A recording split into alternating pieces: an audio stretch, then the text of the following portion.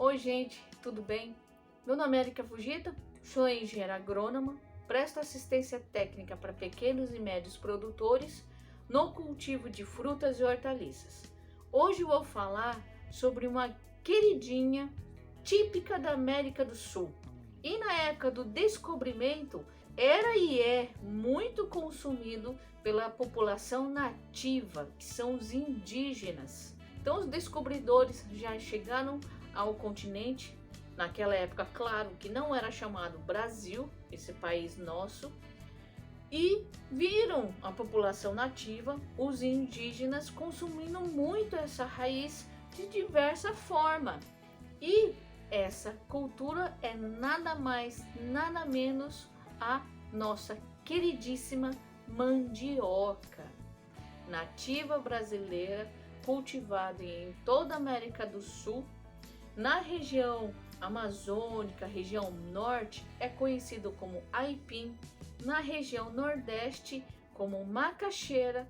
Sul e sudeste e centro-oeste é conhecido como mandioca, certo? Então, aonde você estiver no nosso país, falando macaxeira, aipim ou mandioca, tá tudo certo. Está falando sobre a mesma cultura. Dessa forma, trabalhando com o solo, tendo um solo fofo, onde a raiz possa se desenvolver, porque a mandioca ela tem um hábito de crescimento da raiz muito próximo do nível do solo, ou seja, um crescimento horizontal. Dificilmente você vai achar uma raiz lá no fundo. É muito difícil. Então, se a raiz ela crescer muito no fundo, é porque às vezes ela encontrou um obstáculo. Existe, sim, algumas variedades de mandioca que elas se aprofundam mais, mas isso é quando o solo não tem uma boa quantidade de água. Aí ela vai lá para o fundo para buscar água. Quer queira ou não, existe essa necessidade. Então não se assustem. Ah, meu Deus do céu, eu tô tendo um baita de um trabalho para conseguir colher essa mandioca, que elas estão lá no fundo, porque em algum momento lá atrás, no desenvolvimento da sua cultura, faltou água. Ou então você deixou ela tão exposta, solo tão exposto, esquentando com aquele sol que vai batendo na superfície da terra, e aí seca mais rápido. Se você não tem nenhuma cobertura, ela seca mais rápido, forçando a raiz procurar umidade na parte mais funda. Aí, sem vocês querer, acaba induzindo essa formação. Habitualmente, a raiz ela tem a tendência de crescer perto da superfície. Isso é habitual. Então, se não ocorre esse tipo de comportamento, tenta observar o que está acontecendo na roça. Como eu já falei a vocês e sempre repito, tem que dar bom dia para cada pezinho, porque é uma forma de vocês monitorar o crescimento, desenvolvimento, surgimento de praga ou doença e se necessita de hidratação, necessita de adubação e assim por diante. Então, uma irrigação, às vezes, dependendo da época do ano, é interessante.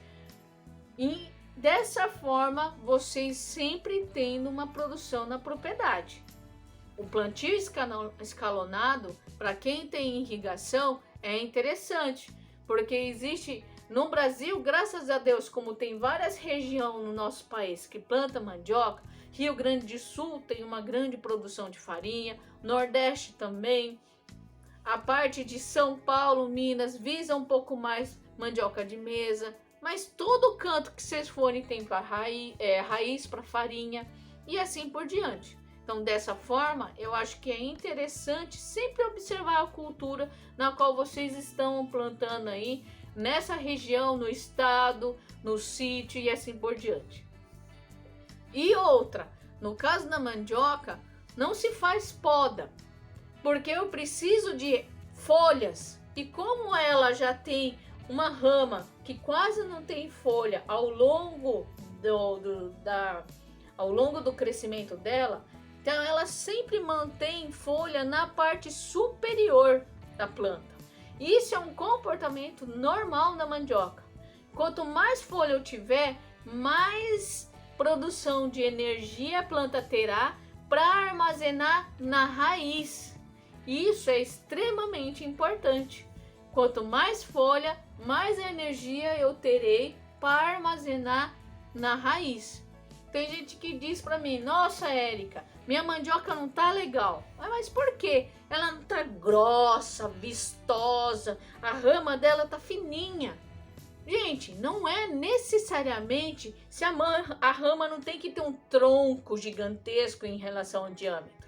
O que me interessa é o que está embaixo do chão. Então, se a sua mandioca não tem rama grossa e ela produz bem, ela é uma boa mandioca. Agora, se ela tem um tronco mais grosso e produz bem, também tá bom. Porque se para e pensa e raciocina um pouco.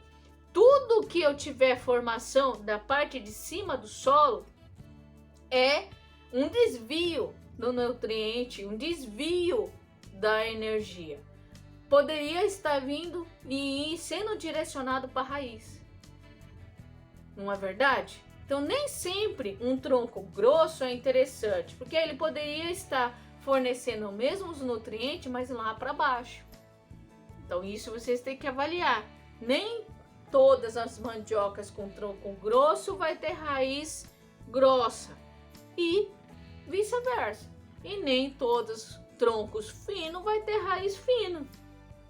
Vai depender do comportamento, do jeito que vocês cuidam da cultura e assim por diante.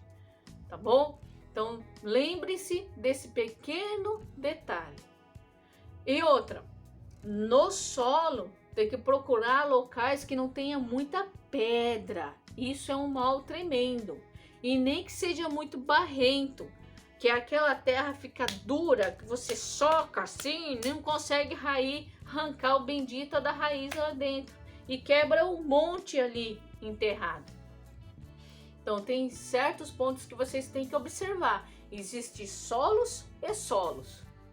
E é claro, fazer teste. Se você não conhece a região, faz teste. Planta alguns pés de mandioca e vamos ver como que vai ser a adaptação.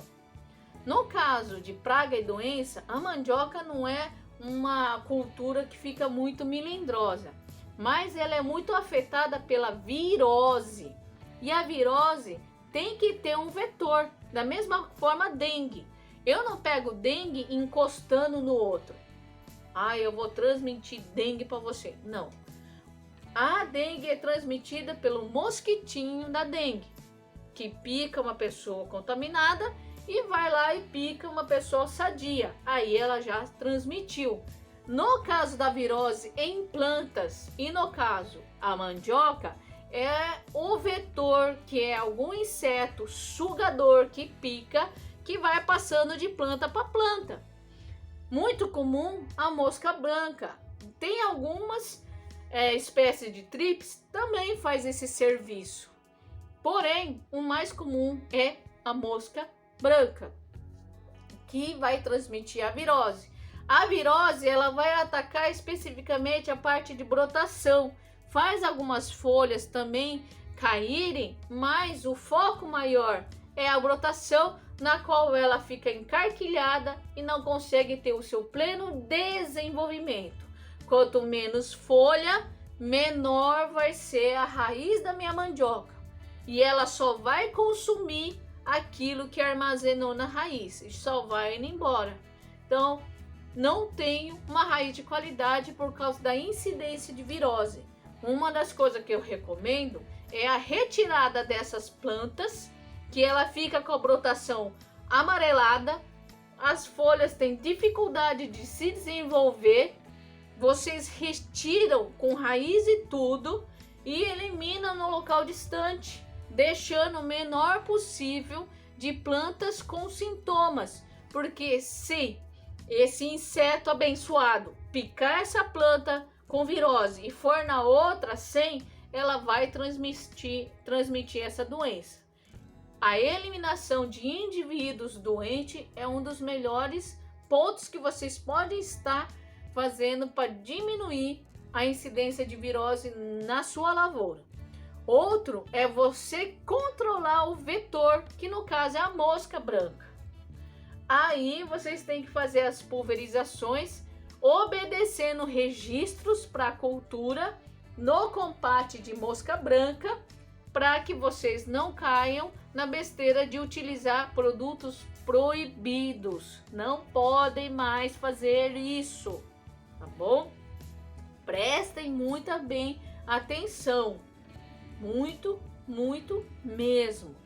Mas existe caudas, que nem no caso a cauda de babosa, que eu já publiquei, quem me acompanha já viu, que funciona muito bem contra a mosca branca e, consequentemente, a virose. Então, os principais problemas são esses. Outro problema é o cupim, que pode, ou as brocas. Nesse caso, o cupim, você consegue diminuir a sua população no chão com a distribuição do cal virgem, porque ele precisa de cálcio. Então, a presença de cálcio no solo já diminui a incidência de cupim. Aí você vai perceber que eles não vai mais afetar a raiz da mandioca. Isso é um ponto que vocês têm que estar observando. Se de repente a sua raiz começa a morrer, ter um desempenho de parece que ela está murchando, é porque alguma coisa aconteceu lá na raiz. Então a planta começa a murchar e aí a raiz foi atacada por cupim. Então, se observar a planta para ver o que pode estar acontecendo no chão. Por isso que vocês têm que dar bom dia todo dia na sua roça, planta por planta. A observação diária vai te mostrar sintomas de doença que lá na frente pode trazer prejuízo. Então, dá uma caminhadinha na roça não faz mal a ninguém. Isso é um ponto extremamente importante. Então, prestem bem atenção, certo? Outros pontos em relação à praga são algumas brocas. Mas no caso das brocas, é muito mais complicado o seu controle. Então, é melhor vocês sempre trabalharem com rama, né, saudável, sem nenhum tipo de escurecimento, sem nenhum tipo de buraco que possa aparentar a entrada de uma praga. Isso é extremamente importante, porque se eu começo aqui atrás uma roça com rama ruim, você não vai ter uma produção boa, vai ser ruim também.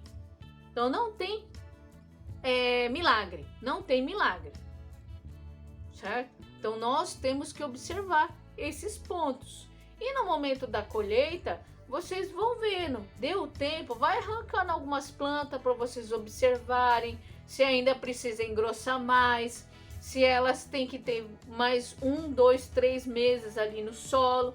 Vai fazendo. Passou, chegou no período que poderia estar iniciando, vai arrancando e observando. E no caso da mandioca, é uma cultura que se vende sozinho. Então eu espero que vocês tenham curtido esse vídeo, assistido até agora e agradeço muito por isso.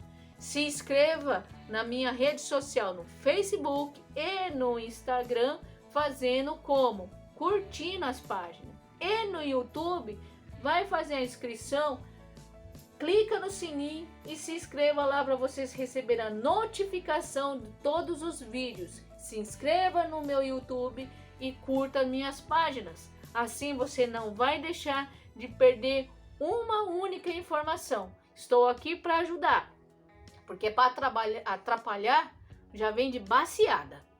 Então agradeço muito e até um próximo vídeo. Até mais!